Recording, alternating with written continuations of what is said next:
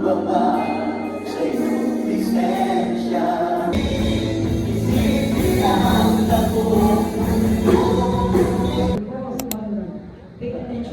was threefold land attack. Gumamit siya ng tatlong uri ng atake. Sa unang session, tinuro sa atin Nanay Lorna na meron tatlong atake ang kaaway sa tao. Number 1 is the lust of the eye. Number 2 is the lust of the flesh. And number 3 is the pride of life. Naman sa mundong to, lagi may kaaway upang i-deceive tayo. Kalam.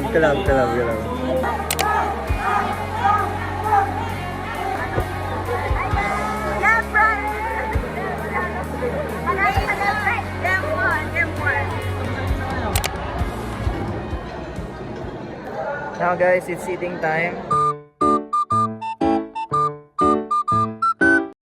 Now, this is the second session. Session 2. Marami ng boses sa ating narinig sa sasabihin. Kayo sa mga huwad ng propeta. Dumadami. Hindi ka nakapaghintay sa instruction namin. Kaya don't make Samuel. Sabi mo sa katabi mo. Don't make Ismael. Our second session from Pastor Mateo. Tinuruan niya tayo how to claim the high ground, the lowest point of our life. Kaya naman yung number 1, wait for God's instruction. And number 2, keep close watch. And number 3, be devoted in prayer. Kaya naman mga kawire ko, always wear your belt of truth. Session 3 na tayo.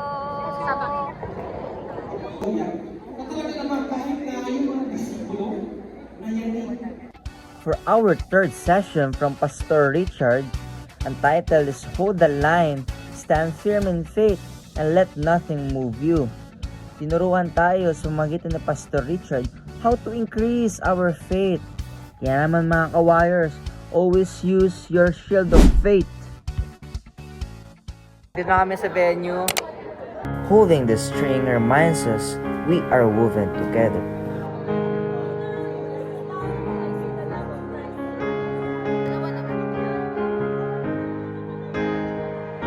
Ako ang kanyang green string.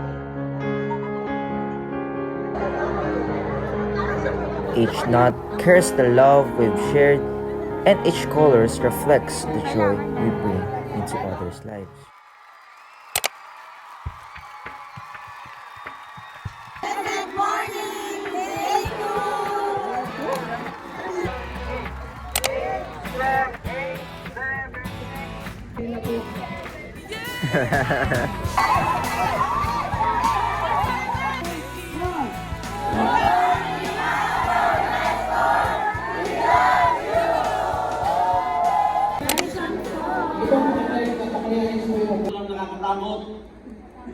For our fourth session from Pastor Ombilon Talk, we are taught to be fearless and brave like a true soldier.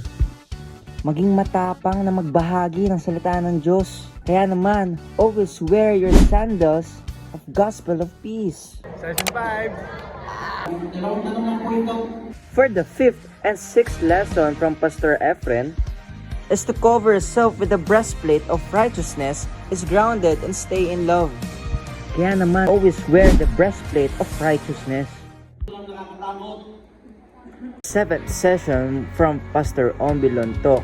The title is The Power of the Sword of the Holy Spirit, which is the Word of God. Lagi tayo magdadala ng sword of the spoken Word of God. God calls us to stand firm in faith, be strong and loving. He equips us with spiritual armor, faith, righteousness, salvation, truth, His Word, and peace, so we can face battles. Our true identity is clear. We are warriors of God.